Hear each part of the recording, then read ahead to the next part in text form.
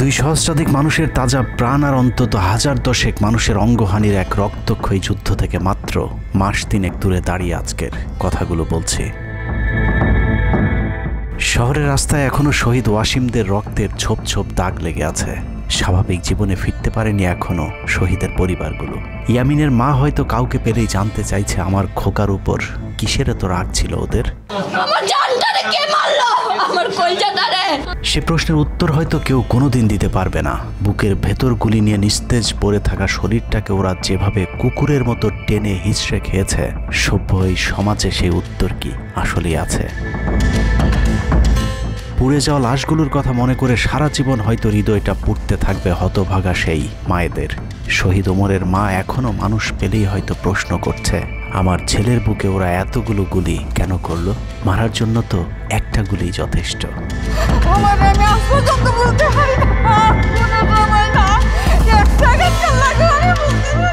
তৃষ্ণা পেলে মুগ্ধের মায়ের হয়তো কানে বেজে উঠবে, পানি লাগবে, পানি।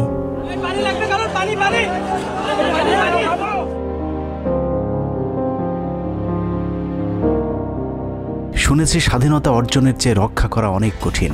স্বাধীনতার এই পতাকা সমুন্নত রাখতে যারা জীবন দিয়েছেন তাদের সে রক্ত যেন বৃথা না যায়। এ পতাকার জন্য যেন আর কাউকে জীবন দিতে না হয়। স্বাধীনতার এমন যুদ্ধ আর দেখতে চাই না। এ যুদ্ধের প্রতিপক্ষ অনেক হিংস্র, খুব নিষ্ঠুর। ওরা বুকে গুলি নিয়ে কাতরাতে থাকা মানুষকেও শান্তিতে মরতে দেয় না। ওরা আরও রক্ত চায়। 15 বছর মুসলিম নিধন করে ওদের এতটুকু অনুশোচনা নেই। রক্তের নেশায় এখনো বুঁদ হয়ে আছে হিংস্র পশু আত্মাগুলো। এদিকে এক পক্ষ নিজেদেরকে বিজয়ী ভেবে ঘরে ফিরেছে। ঘরে ফেরার আগে যাদের বাড়ি ঘরে আগুন দিয়ে ঘর থেকে বের করেছিল, সেই শত্রুকেই আবার তুলে নিয়েছিল নিজেদের ঘরে। ছাত্রলীগ নিষিদ্ধের কথা বলছে। এই নিষিদ্ধ করবার ম্যান্ডেটটা, নিষিদ্ধ করবার অধিকারটা তাদেরকে কে দিল? তারা এদেশের মানুষ, রাজনীতি করার অধিকার সকলের আছে। আমাদের কেড়ে নেওয়া যেমন অন্যায় ছিল, আমরাও আরেকজনের কেড়ে নেওয়ার অধিকার, এটা আমরা এভাবে বলি। আওয়ামী মানবরূপী দানব ঘাড়ের উপর বিষাক্ত কার্বন ডাই অক্সাইড ফেলছে, আর আমরা সেটাকে অক্সিজেন ভেবে বুকে নিচ্ছি। বিষাক্ত সাপ থেকে নিরাপদ না হয়ে সাপ নিয়ে খেলার পরিণতি কি হতে পারে সেটা বুঝতে খুব বেশি দেরি করবার প্রয়োজন নেই। আমার এই বার্তা আপনাদের কাছে পৌঁছানোর কয়েক ঘন্টা পরেই আপনার ঘরে যে শত্রুকে জায়গা দিয়েছিলেন তাদের সেই বিষমাখা মুখের বিষ আপনার গায়ে নেয়ার জন্য প্রস্তুত থাকুন। পূর্ব দিকে তাকিয়ে দেখুন, আকাশ আবারও কালো হয়ে এসেছে। খুটখুটে অন্ধকার দেখে ঝড়ের গতি যতটুকু ভাবছেন অন্ধকারের সেই ঝড়ো বাতাস আসলে আলোর চেয়েও বেশি গতি নিয়ে ধেয়ে আসছে সবকিছু লণ্ডভণ্ড করে দিতে। প্রলয়ঙ্করী সেই ঝড়ের কবল থেকে প্রিয় মাতৃভূমিকে বাঁচাতে হলে দেশ রক্ষার পবিত্র দায়িত্ব যাদেরকে দেয়া হয়েছে, চলুন দেখে আসি তারা আসলে কতটা প্রস্তুত। জুলাইয়ের মাঝামাঝি পর্যন্ত সেনাবাহিনী ছাত্র আন্দোলন নিয়ে তেমন মাথা ঘামায়নি। ছাত্রলীগ যেদিন ঢাকা বিশ্ববিদ্যালয়ের ছাত্রীদের উপর আক্রমণ করেছিল, মূলত সেদিন থেকে সেনাবাহিনীর অভ্যন্তরীণ বিভিন্ন গ্রুপগুলোতে আলোচনা সমালোচনা শুরু হয়। 17 তারিখ সকল ডিভিশনের জিওসিরা অফিসার এবং সৈনিকদেরকে কোনো ধরনের গুজবে কান না দেওয়ার পরামর্শ দেন। জিওসিদের পক্ষ থেকে সাফ জানিয়ে দেওয়া হয়, সরকার মিসক্রিয়েন্টদের বিরুদ্ধে যথাযথ ব্যবস্থা নিচ্ছে, এটা নিয়ে সেনাবাহিনীর মাথা ঘামানোর কিছু নেই। 11 ডিভিশনের মেজর জেনারেল খালেদ আল মামুন, 55 ডিভিশনের GOC major general Mahbubur Rashid এবং কুমিল্লা ডিভিশনের জিওসি জাহাঙ্গীর আলম ছিলেন সবচেয়ে বেশি আক্রমণাত্মক। ছাত্রদের পক্ষে কোনো পোস্ট কিংবা প্রোফাইল পিকচার লাল করার বিরুদ্ধে তাদের ছিল কঠোর বার্তা। 17 জুলাইয়ের গুরুত্বপূর্ণ আরেকটি ঘটনা হলো, Hasina air chief marshal Hasan Mahmud খানকে বিমান বাহিনীর MI-17 হেলিকপ্টারকে এভি গান কনফিগারেশন লোড করতে বলেন, যা মূলত যুদ্ধকালীন চূড়ান্ত সময় ব্যবহার করা হয়। এয়ার চিফ হাসিনাকে উল্টো প্রশ্ন করেন, আমাদের সেনাবাহিনী কি এখনও ফেল করেছে? তাহলে এত দ্রুত বিমান বাহিনী কেন? বিমান বাহিনী প্রধানের মুখের উপর এমন বক্তব্যে শেখ হাসিনা প্রচণ্ড ক্ষেপে যান। এর পরপরই তিনি বিমান বাহিনী প্রধানের বিরুদ্ধে পদক্ষেপ নেওয়ার জন্য ব্রিগেডিয়ার জেনারেল ইমরান হামিদ এবং লেফটেন্যান্ট জেনারেল মুজিবকে নির্দেশ দেন। আর্মি ইন্টেলিজেন্স থেকে এই পরিকল্পনার তথ্য জেনে বিমান বাহিনী প্রধান ওই রাতেই তার নিরাপত্তার জন্য গাজীপুর থেকে এয়ার কমান্ড নিয়ে আসেন, যে ইউনিটটি এখনও বিমান বাহিনী প্রধানের নিরাপত্তার দায়িত্বে ঢাকাতেই অবস্থান করছে। যাই হোক, বিমান বাহিনী প্রধান সেদিন রাজি হলে ব্ল্যাকআউটের সময়টা আরও ভয়ঙ্কর হতে পারত। বিমান বাহিনীর সহায়তা না পেয়ে শেখ হাসিনা পরদিন র্যাব প্রধানকে ডেকে আদেশ দেন তার হেলিকপ্টার প্রস্তুত রাখার। র্যাব প্রধান হাসিনার আদেশ অনুযায়ী ছাত্রদের বিরুদ্ধে অপারেশনে হেলিকপ্টার ব্যবহার করেন। হেলিকপ্টারের গুলিতে যতগুলো হতাহতের ঘটনা ঘটেছে সবগুলোই র্যাবের হেলিকপ্টার থেকে করা হয়েছিল। র্যাবের পাশাপাশি ঢাকার বাইরে দু একটি পাদে প্রায় সবকটি ডিভিশনের জিওসিরা দেশের বিরুদ্ধে অবস্থান নিয়েছিলেন। ঢাকার বাইরে থেকে বিশেষ করে ডিভিশন সাপোর্ট ব্যাটালিয়নকে অগ্রাধিকার ভিত্তিতে ঢাকায় নিয়ে আসা হয়, কারণ তাদের সাথে এপিসি সুবিধা ছিল। এপিসি গাড়িগুলো মূলত ছাত্রদের বিরুদ্ধে চূড়ান্ত পদক্ষেপ নেওয়ার জন্যই আনা হয়েছিল। রাষ্ট্রীয় গুরুত্বপূর্ণ এলাকা কেপিআই রক্ষায় 19 তারিখে সেনা নামানোর সিদ্ধান্ত নেওয়া হয়। নিয়ম অনুযায়ী সেনাবাহিনীর কেপিআই রক্ষার দায়িত্ব পালন করার কথা থাকলেও বিভিন্ন জায়গায় দেখা গেছে সেনাবাহিনীর ছত্রছায়ায় পুলিশ এবং আওয়ামী লীগ ছাত্রলীগের সন্ত্রাসীরা ছাত্রদের উপর হামলা চালিয়েছে। কোথাও সরাসরি সেনাবাহিনীকেও গুলি চালাতে দেখা গেছে। এর মধ্যে ঢাকার 46 পদাতিক ডিভিশনের ইনফ্যান্ট্রি ব্রিগেডের ইউনিটগুলো ঢাকার প্রাণকেন্দ্রগুলোতে ছাত্রদের উপর সবচেয়ে বেশি দমন পীড়ন চালিয়েছে। অনুসন্ধানে 19 থেকে 23 জুলাই পর্যন্ত গণহত্যার সাথে জড়িত সেনাবাহিনীর কয়েকজন অফিসারের নাম উঠে এসেছে, যারা এখনও পর্যন্ত গুরুত্বপূর্ণ সব পদে বহাল আছেন, যা ডক্টর মোহাম্মদ ইউনূস সরকারের জন্য অত্যন্ত বিপজ্জনক। কতটা বিপজ্জনক সেটা বোঝার জন্য আন্দোলনের সময়টাতে ওই অফিসারদের ভূমিকা কী ছিল সেটা একটু দেখে আসি। আন্দোলনের সবচেয়ে বেশি রক্তক্ষেকো ছিলেন বিজিবির ডিজি মেজর জেনারেল আশরাফ। সূত্র জানিয়েছে ভারতীয় নাগরিকদের বিজিবির পোশাক পরিয়ে মাঠে নামিয়েছিলেন বিজিবির এই মহাপরিচালক। সেনাবাহিনী শেখ হাসিনাকে পদত্যাগের পরামর্শ দেওয়ার পরেও শুধু বিজিবিকে নিয়ে হত্যাকাণ্ড চালিয়ে শেখ হাসিনাকে ক্ষমতায় রাখার গ্যারান্টি দিয়েছিলেন মেজর জেনারেল আশরাফ। 5 তারিখ হাসিনা পালিয়ে যাবার আগ মুহূর্তে তিনি স্বরাষ্ট্রমন্ত্রীকে ফোন করে বলেছিলেন, কয়েক হাজার মানুষ মারলেই পরিস্থিতি ঠান্ডা হয়ে যাবে, অতএব কোনো অবস্থাতেই যেন প্রধানমন্ত্রী পালিয়ে না যান। স্বরাষ্ট্রমন্ত্রীকে তিনি এমনটাই পরামর্শ দিয়েছিলেন। 5 তারিখ সকাল থেকে দুপুর পর্যন্ত ঢাকা শহরে সবচেয়ে বেশি তৎপরতা ছিল বিজেপির। ওই দিন সকাল থেকেই ঢাকার প্রবেশ পথগুলোতে চেকপোস্ট বসিয়ে তল্লাশি চালিয়েছিল মেজর জেনারেল আশরাফের বিজিবি। বিজিবির একটি সূত্র জানিয়েছে বিজিবি মহাপরিচালক প্রতিদিন সিওদের কাছ থেকে হিসেব নিতেন কে কতজন ছাত্র হত্যা করেছে। বিজিবি মহাপরিচালকের নির্দেশনায় খুনের সেই প্রতিযোগিতায় সবচেয়ে ভালো পারফর্মার ছিল কর্নেল রিদওয়ান। সূত্রের মতে ছাত্র আন্দোলনে বিজিবি অন্তত 500 শিক্ষার্থীকে গুলি করে হত্যা করেছে। বিজিবি প্রধান এবং রিদওয়ানের মতো তার অনুগত অফিসারদের জেলে থাকার কথা, কিন্তু তারা এখনও গুরুত্বপূর্ণ সব দায়িত্ব পালন করে যাচ্ছে। আর মেজর জেনারেল আশরাফ এখন পর্যন্ত বিজিবি প্রধানের চেয়ারেই বসে আছেন। 46 ডিভিশনের brigade commander brigadier general Imran 24শে জুলাই রাতে তড়িঘড়ি করে বের হচ্ছিলেন। এ সময় পাশ থেকে আরেকজন অফিসার তাকে জিজ্ঞেস করেছিলেন কোথায় যাচ্ছেন। তিনি তখন বলেছিলেন শিকারে যাচ্ছি। শিকার শেষে পরদিন নিজেদের মধ্যে কতজনকে গুলি করে মেরেছেন তা নিয়ে হাসাহাসি করেছিলেন brigade commander brigadier general Imran. Brigadier Imran 5 তারিখ যারা কুয়ের পরিকল্পনা করেছিলেন তাদের মধ্যে অন্যতম। যদিও সেনা প্রধানের দূরদর্শিতায় তা সম্ভব হয়নি, কিন্তু অদৃশ্য কারণে তার বিরুদ্ধে এখনও পর্যন্ত কোনো ব্যবস্থা নেওয়া হয়নি। কুমিল্লার জিওসি মেজর জেনারেল জাহাঙ্গীর আলমের পাঠানো কুমিল্লার 15 বিট সাপোর্ট ব্যাটালিয়নকে বাড্ডায় ছাত্রদের দমনে নামানো হয়েছিল। আপনাদের মনে থাকবার কথা, 4 তারিখ দুপুরে কুমিল্লার একটি ভিডিও সোশ্যাল মিডিয়াতে ছড়িয়ে পড়েছিল, যেখানে দেখা গিয়েছে সেনাবাহিনীর একটি এপিসি থেকে পুলিশের দিকে লক্ষ্য করে ফায়ার করা হচ্ছে। অনেকের মাঝে একটি ভুল ধারণা রয়েছে যে কুমিল্লা ক্যান্টনমেন্টের সেনাবাহিনী হয়তো ছাত্র জনতার পাশে দাঁড়িয়েছিল। মূল ঘটনা হলো 4 তারিখ দুপুর 11টার দিকে সোশ্যাল মিডিয়াতে ছড়িয়ে পড়া ওই ভিডিওটি একজন জুনিয়র অফিসারের ব্ল্যাঙ্ক ফায়ার। ওই সময় ছাত্রদেরকে দেখা যায় এপিসির পাশে উল্লাস করতে।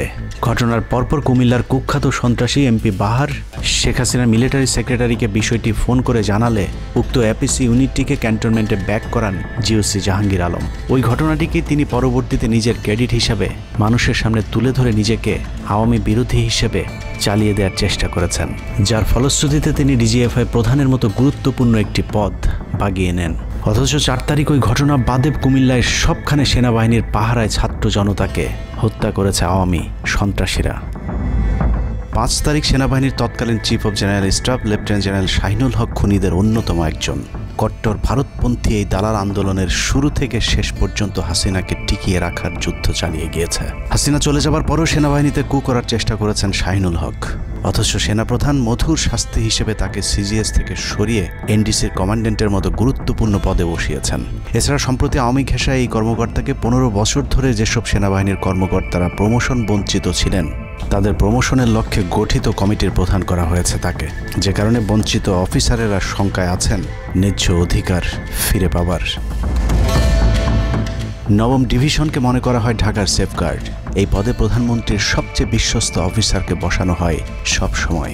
নবম ডিভিশনের জিওসি মেজর জেনারেল মঈন খানও ছিলেন হাসিনার গুম খুনের অন্যতম দোসর, অথচ তাকে এখনো পর্যন্ত স্বপদে বহাল রাখা হয়েছে, যা অত্যন্ত ঝুঁকিপূর্ণ। 5 তারিখের আগে আশুলিয়াতে ছাত্র হত্যা থেকে শুরু করে 5 তারিখের পরে গার্মেন্টসের সব অস্থিরতার জন্য নবম ডিভিশনের এই জিওসি সরাসরি যুক্ত। সেনাবাহিনীর স্পর্শকাতর আরেকটি জায়গায় বসে আছেন আরেক খুনি ব্রিগেডিয়ার জেনারেল সেলিম আজাদ। সেনাবাহিনীর সিভিল যে কোনো অপারেশনে যেতে ডিরেক্টর মিলিটারি অপারেশনের পারমিশন নেওয়া বাধ্যতামূলক। এমনকি জরুরি ভিত্তিতে কোনো অপারেশনে যেতে হলেও তাকে অবশ্যই পরে অবহিত করতে হয়, অর্থাৎ তার অনুমতিক্রমে সেনাবাহিনী ঢাকাতে সব হত্যাকাণ্ড চালিয়েছে। শুধু তাই নয়, তিনি খবর রাখতেন যারা অপারেশনে ছাত্রদের উপর গুলি চালাতো না তাদেরকে নাজিমুদ্দৌলা অকথ্য ভাষায় গালাগাল করত। নাজিমুদ্দৌলা সাবেক কুখ্যাত ডিজিএফআই ডিজি মেজর জেনারেল আকবর হোসেনের এপিএস ছিলেন, অথচ তাকে এখনো পর্যন্ত তার সেই গুরুত্বপূর্ণ পদ থেকে সরানো হয়নি। ব্রিগেডিয়ার জেনারেল আকসার ইন্টারন্যাশনাল অ্যাফেয়ার্স ব্যুরো আইএবির ডিরেক্টরের দায়িত্বে আছেন। বহুল আলোচিত আয়নাঘরের পুরো নিয়ন্ত্রণ ছিল সেনাবাহিনীর এই কর্মকর্তার হাতে। তার হাতে রাজনৈতিক দল এবং নেতাদের ভাগ্য নির্ধারিত হয়। আওয়ামী লীগ সরকারের সময়কার গুরুত্বপূর্ণ সেই দায়িত্ব পালন করা ব্যক্তি এখনো পর্যন্ত তার সেই পুরাতন দায়িত্বই পালন করে যাচ্ছেন। সেনা সূত্র জানিয়েছে আকসারের ভারত কানেকশন এতটাই শক্তিশালী যে সেনা প্রধানও নাকি তাকে তার চেয়ার থেকে সরাতে পারছেন না। কদমবুচি জেনারেল খ্যাত মেজর জেনারেল মাহবুবুর রশিদ যশোর ডিভিশনের জিওসি সামরিক নিয়ম ভেঙে গোপালগঞ্জে সবার সামনে হাসিনার পা ছুঁয়ে সালাম করেছিলেন major general Mahbubur Rashid. 5 August এবং 7 আগস্ট সেনাবাহিনীর গাড়ি পোড়ানোর পরেও সেনাবাহিনীকে কোনো অ্যাকশনে যেতে দেয়নি সেনাবাহিনীর এই আওয়ামী কর্মকর্তা। সূত্র জানিয়েছে 5 তারিখের পর থেকে এ পর্যন্ত একাধিকবার গোপালগঞ্জ আওয়ামী লীগ নেতাদের বাড়িতে গিয়ে বৈঠক করেছেন তিনি, অথচ মাহবুবকে এখনো পর্যন্ত জিওসির পদে বসিয়ে রাখা হয়েছে।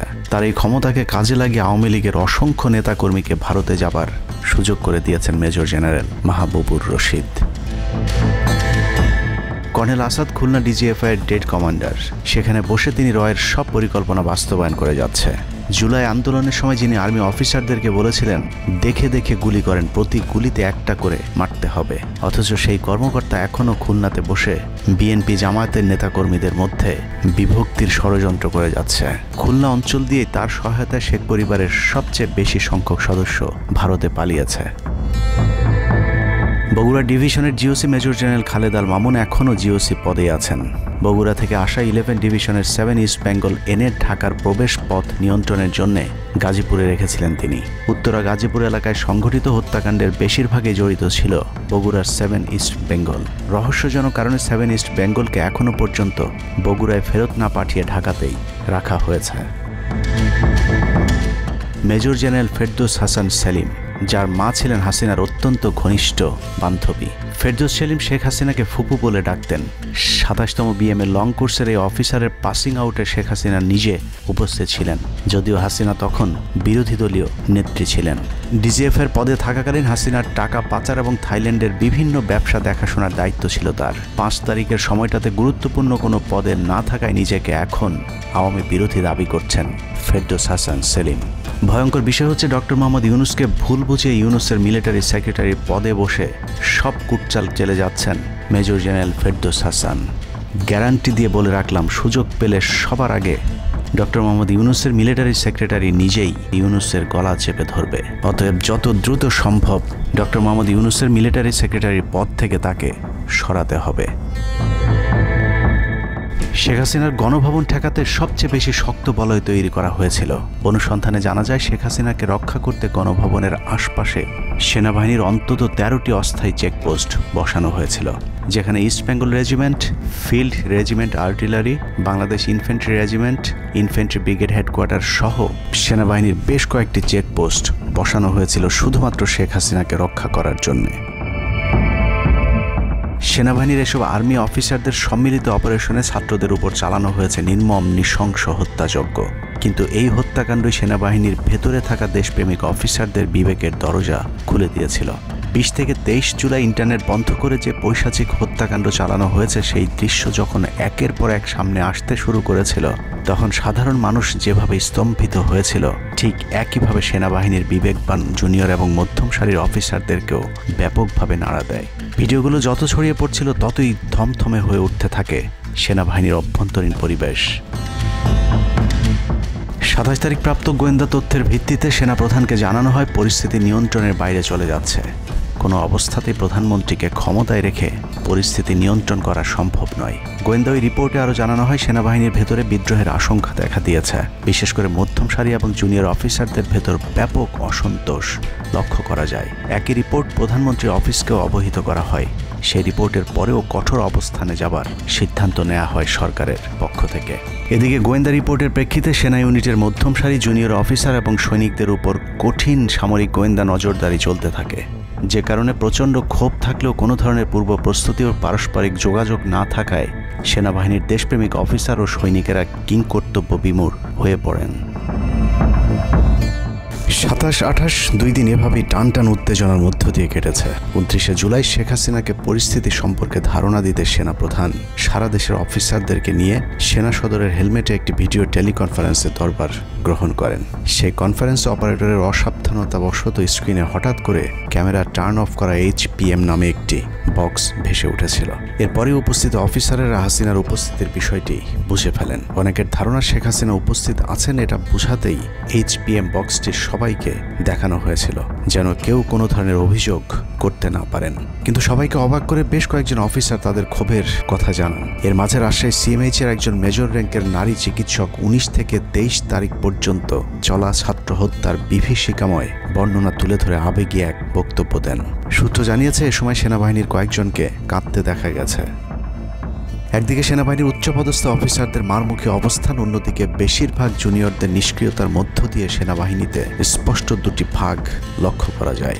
এরই মধ্যে সেনাবাহিনীর কাছে প্রাপ্ত গোয়েন্দা তথ্য অনুযায়ী যে কোনো সময় সেনাবাহিনীতে বিদ্রোহ দেখা দিতে পারে। বিশেষ করে লেফটেন্যান্ট কর্নেল থেকে নিচের অফিসারদের ভেতর ব্যাপক ক্ষোভের বিষয়টি গোয়েন্দা প্রতিবেদনে জানানো হয়।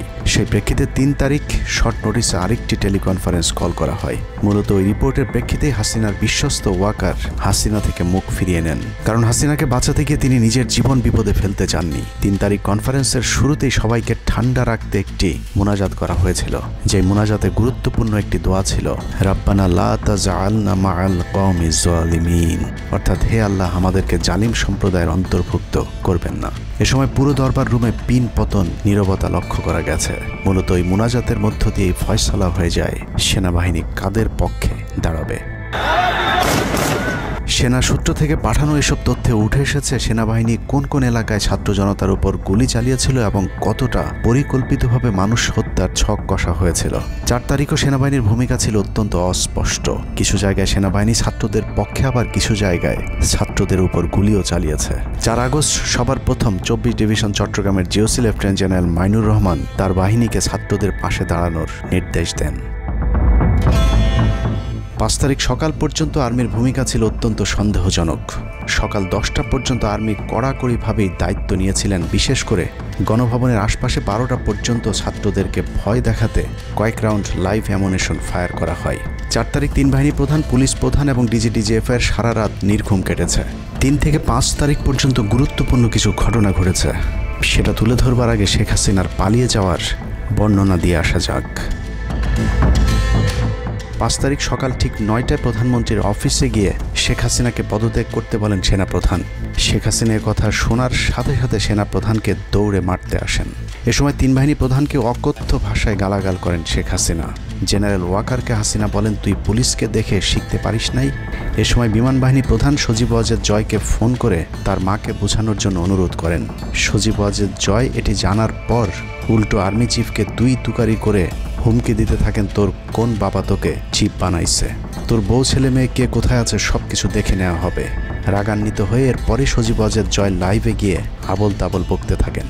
ঠিক আছে, শেখ হাসিনার পর আপনাদের কি হবে সেটা আমারও চিন্তার বিষয় না, আমার পরিবারের আর চিন্তার বিষয় না, আপনারা বুঝবেন। এরই মধ্যে 9:30 বেজে যায়। শেখ হাসিনাকে কোনোভাবে রাজি করাতে না পেরে সেনাপ্রধান হাসিনাকে 2টি বিকল্প দেন, পদত্যাগ অথবা গ্রেফতার। ওদিকে মিরপুরে বসানো সেনাবাহিনীর চেকপোস্টগুলো খুলে দেওয়া হলে বিনা বাধায় গণজোয়ার ঢুকে পড়তে থাকে।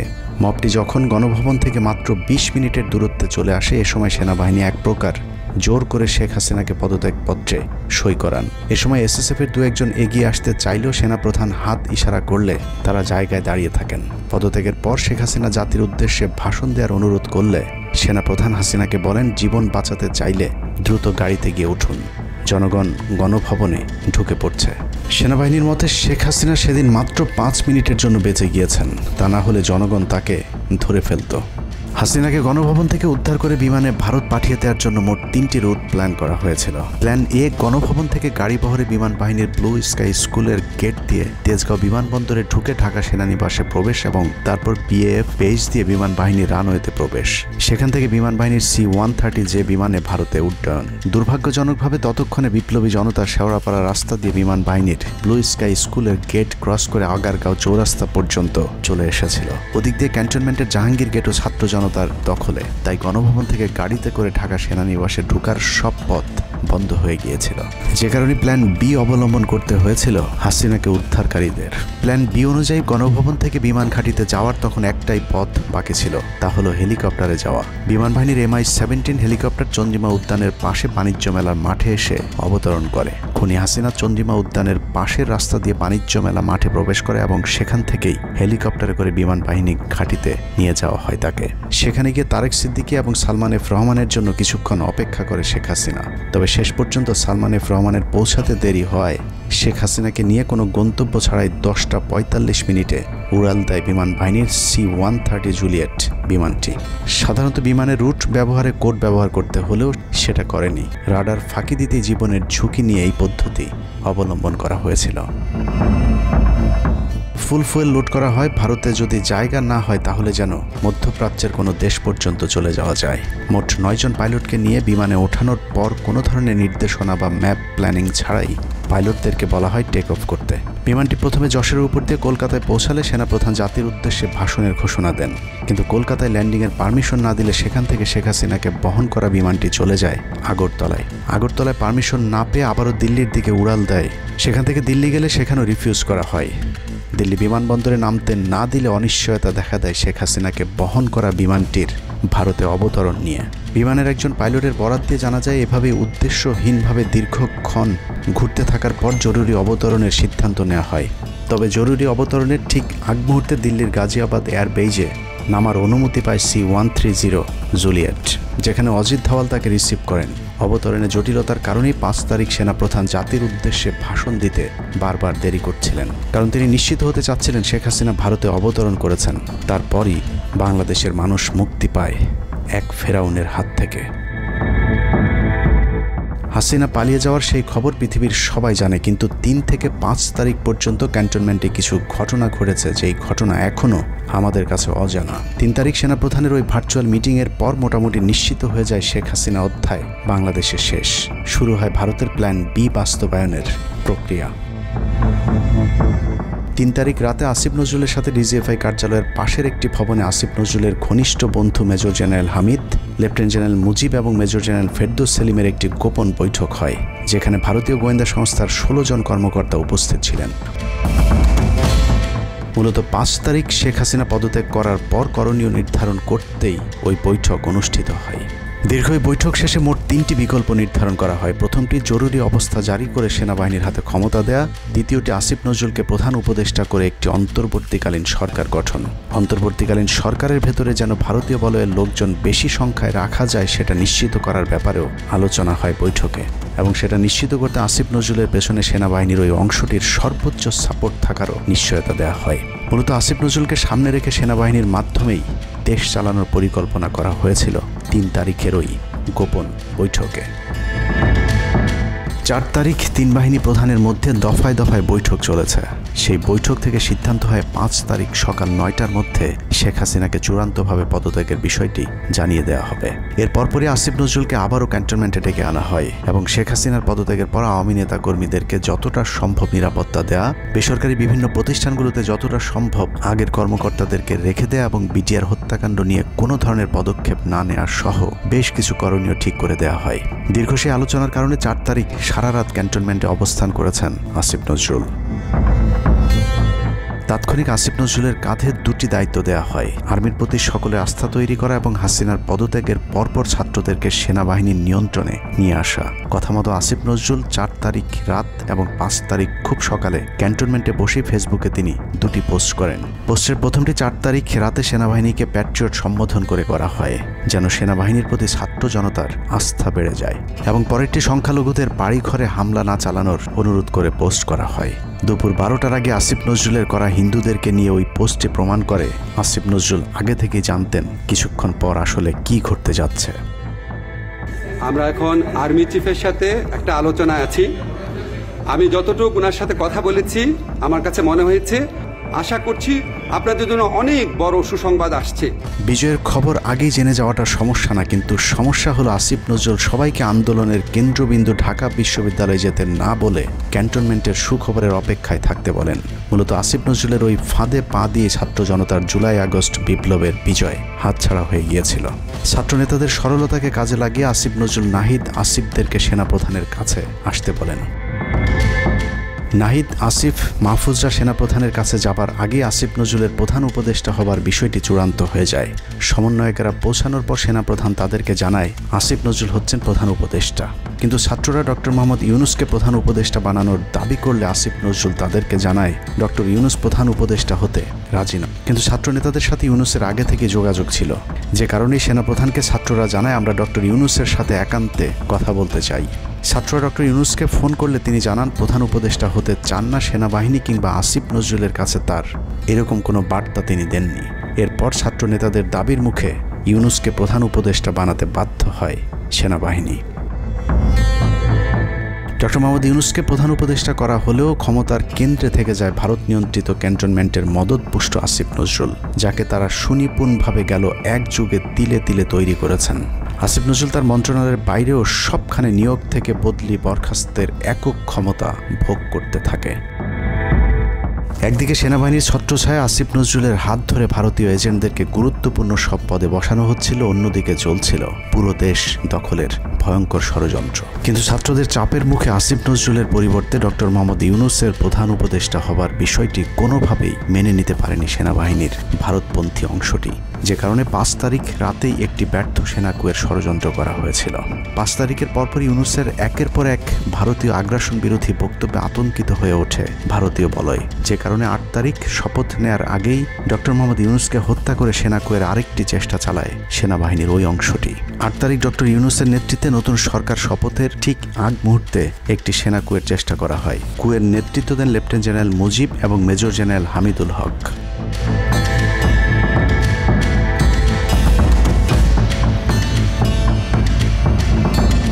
কিন্তু পশ্চিমা একটি গোয়েন্দা সংস্থা বিষয়টি দ্রুত সেনাপ্রধানকে জানালে জেনারেল ওয়াকার তাদের পরিকল্পনা ভণ্ডুল করে দেয়। সেনাপ্রধান তাৎক্ষণিকভাবে লেফটেন্যান্ট জেনারেল শামীমকে পিএসও এএফটি থেকে সিজিএস হিসেবে নিয়োগ দেন এবং মুজিবকে কিউএমজি থেকে আটডগে বদলি করেন, যদিও 8 তারিখ রাত থেকেই মুজিব পলাতক রয়েছেন। এরপর 12 সেপ্টেম্বর তাকে সেনাবাহিনী থেকে বরখাস্ত করা হয়। একই দিনে লেফটেন্যান্ট জেনারেল হামিদুলকে স্বেচ্ছায় অবসরে পাঠানো হয়। এনডিসি থেকে মেজর জেনারেল সাইফুলকে মিনিস্ট্রি অফ ফরেন অ্যাফেয়ার্স এবং চিফ অফ জেনারেল স্টাফ শাহিনকে এনডিসিতে পাঠানো হয়। কয়েকজনের ব্যাপারে পদক্ষেপ নেওয়াটা যেমন স্বস্তির, তেমনি ষড়যন্ত্রকারীদেরকে যেখানে বদলি করা হয়েছে তাদের প্রতিটি পদই অত্যন্ত গুরুত্বপূর্ণ, যা বর্তমান সরকার এবং দেশের স্থিতিশীলতার জন্য চরম বিপজ্জনক। কতটা বিপজ্জনক সেটা জানতে চলুন শুরুতেই যে প্রলয়ঙ্কারী ঝড়ের কথা বলেছিলাম সেখানে ফিরে যাওয়া যাক। ভারতীয় গোয়েন্দা সংস্থা 5 তারিখের পর থেকে দেশে নানাভাবে একটা সাম্প্রদায়িক দাঙ্গা বাঁধানোর চেষ্টা চালিয়ে যাচ্ছেন, যেটাকে কেন্দ্র করে বাংলাদেশে একটা সামরিক অভিযান চালানো যায়। এই দাঙ্গা বাঁধাতে ভারতীয় গোয়েন্দারা আওয়ামী লীগ, হিন্দু এবং ইসকনকে কিভাবে ব্যবহার করছে সেই পরিকল্পনার ছক এখন বাংলাদেশি গোয়েন্দাদের হাতে। একটি গোয়েন্দা সংস্থা থেকে যেসব তথ্য আমার কাছে পৌঁছেছে তা রীতিমতো এই দেশের অস্তিত্বের জন্য হুমকি স্বরূপ। আওয়ামী লীগ, হিন্দু আর ভারতের এই চক্রান্ত যদি সঠিকভাবে মোকাবেলা করা না যায় তাহলে অচিরেই বাংলাদেশের অবস্থা হবে হায়দ্রাবাদের মতো।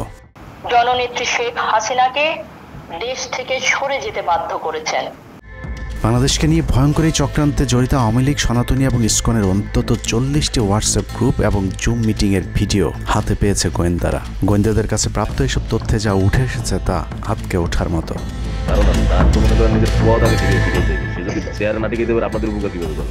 সেনাপ্রধান জামাত হলে এতদিন আওয়ামী লীগ বাইকে ফেলা দিত, ঠিক আছে? এটা তো আমাদেরও আওয়ামী লীগেরও একটা গেম হতে পারে, বলা যায় জামাত শিবিরের উপরে সব চাপা দিতে পারে, এটাও হতে পারে।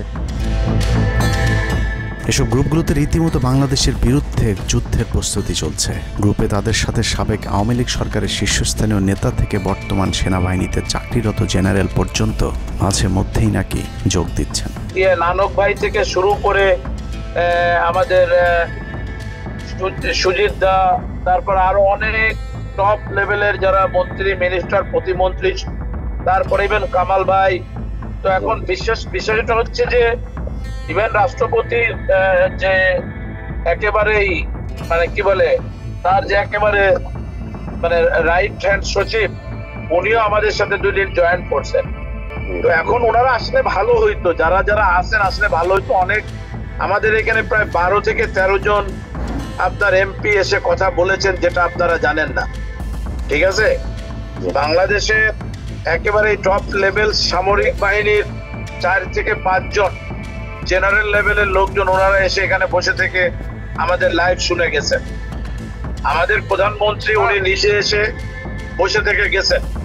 গ্রুপের সবচেয়ে ভয়ঙ্কর তথ্য পাওয়া গেছে ভুয়া মুক্তিযোদ্ধা জেডাই খান পান্নার মেসেজ থেকে। আওয়ামী এই আইনজীবী শহীদ সাইফুল ইসলাম আলিফের হত্যাকাণ্ড নিয়ে চাঞ্চল্যকর তথ্য দিয়েছে জেডাই খান পান্না।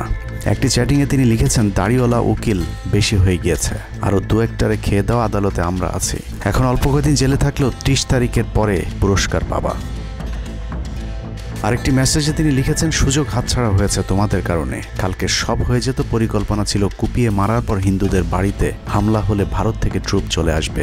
ওরা যেহেতু হামলা করেনি, তোমাদেরই উচিত ছিল নিজেরা নিজেদের বাড়িঘরে আগুন দেওয়া। পেছনের ঘটনা বাদ দিয়ে 30 তারিখের পরিকল্পনায় মনোযোগী হও সবাই। শহীদ আলিফ হত্যাকাণ্ড নিয়ে আরেকজন লিখেছেন, কালকে আদালতে একটা লাশ পড়বে, হিন্দু ভাইদের পাশে আমাদের সবাইকে থাকতে হবে, ব্রিগেড মেজরের কমান্ড মেনে চলতে হবে। 30 তারিখের কর্মসূচি নিয়ে গ্রুপটিতে সশস্ত্র যুদ্ধের মাধ্যমে দেশ দখলের ভয়ঙ্কর সব আলোচনা করার ভিডিও হাতে এসেছে আমাদের। তারা বাংলাদেশ অস্ত্রগুলি আছে, এই অস্ত্রগুলি কোথায় আছে আমার কাছে অলরেডি খবর আছে।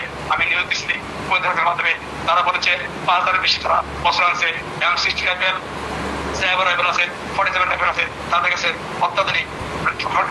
আলোচকদের একজন বলছিলেন, সাবেক এবং বর্তমান পুলিশের সমন্বয়ে 1700 অস্ত্রধারী গ্যারিলা প্রস্তুত করা হয়েছে 30 নভেম্বরের জন্য। কথা বলেছি, পুলিশ পার্টির কথা বলছি, পুলিশের অনেক উদ্যোক্তা অতিরিক্ত থেকে শুরু করে পুলিশ পার্টি এসে ওনারা আমার সাথে কথা বলে আমাদের যোগাযোগ রক্ষা করছে। ঢাকা শহরকে কিভাবে ব্লক করা হবে সেই পরিকল্পনাও করা হচ্ছে এসব জুম মিটিংগুলোতে। আমাদের কাজ হলো আব্দুল্লাহপুর, আব্দুল্লাহপুর, আশুলিয়া, টঙ্গীর আছে, আমরা উত্তরা, ওইটা একটা ব্লক করে দিবেন, তাহলে আমরা খুব সহজে আমাদের কাজ সফলতা পাবো। সশস্ত্র যুদ্ধের জন্য পুরো দেশকে মোট 10টি বিভাগে বিভক্ত করা হয়েছে, যেখানে একজন করে ব্রিগেড মেজর নিয়োগ দেওয়া হয়েছে, যাদের সবাই দেশেই অবস্থান করছেন। এর মধ্যে গ্রুপে প্রাপ্ত জেডাই খান পান্নার নম্বরটিতে মেসেজ পাঠানো হলে মুহূর্তেই সাড়া দেন তিনি। কল করতেই গড় গড় করে সবকিছু স্বীকার করেন। জেডাই খান পান্না, জি আমি তাই। 30 তারিখ 50 থেকে 80% পুলিশ, আনসার, এমনকি সচিবালয়ের আমলারাও তাদের পক্ষে মাঠে নামবে বলে স্বীকার করেন গেরিলা আক্রমণের পরিকল্পনাকারী জেডাই খান পান্না। আপনারা কি কোনো গেরিলা ইনভেশন হামলা করা যাবে? ঢাকার স্টুডেন্টরা যদি এখনো সাপোর্টার্স অর্গানাইজ হইতে নামে, এই অ্যাডমিনিস্ট্রেশনের 50% না 80% লোক নামে আসবে, পার্টিকুলারলি পুলিশ, আনসার এবং সেক্রেটারিয়েট থেকে। পালিয়ে যাওয়ার আগে এই ভিডিও প্রচারের সাথে সাথে রাষ্ট্রদ্রোহিতার অভিযোগে তাকে গ্রেফতার করতে হবে, তাহলে চক্রান্তকারীদের আরও পরিকল্পনার তথ্য পাওয়া যেতে পারে। ভবিষ্যতে এ ধরনের ষড়যন্ত্র বন্ধ করতে গ্রুপে থাকা সকলের মোবাইল নম্বর এবং চেহারা দেখে শনাক্তের পর দ্রুত গ্রেফতার করতে হবে। সূত্র জানিয়েছে, ডিজিএফআই প্রধানের প্রত্যক্ষ তত্ত্বাবধানে চলছে এসব দেশবিরোধী তৎপরতা। আর্মিকে ম্যাজিস্ট্রেসি পাওয়ার দেয়া হলেও তাদেরকে ক্ষমতা প্রয়োগ করতে দেওয়া হচ্ছে না, যে কারণে আওয়ামী লীগ নেতারা বেশিরভাগ এখনও দেশে থাকলেও তাদেরকে ধরা হচ্ছে না। অতএব সেনাবাহিনীর উচ্চপদস্থ হাসিনাপন্থী অফিসারদেরকে দ্রুত সেনাবাহিনী থেকে সরাতে হবে। 5 তারিখ সেনাপ্রধান যে ভূমিকা রেখেছেন তার জন্য তিনি অবশ্যই প্রশংসার দাবিদার, কিন্তু সেনাপ্রধানকে প্রমাণ করতে হবে তিনি আসলেই নায়ক নাকি খলনায়ক।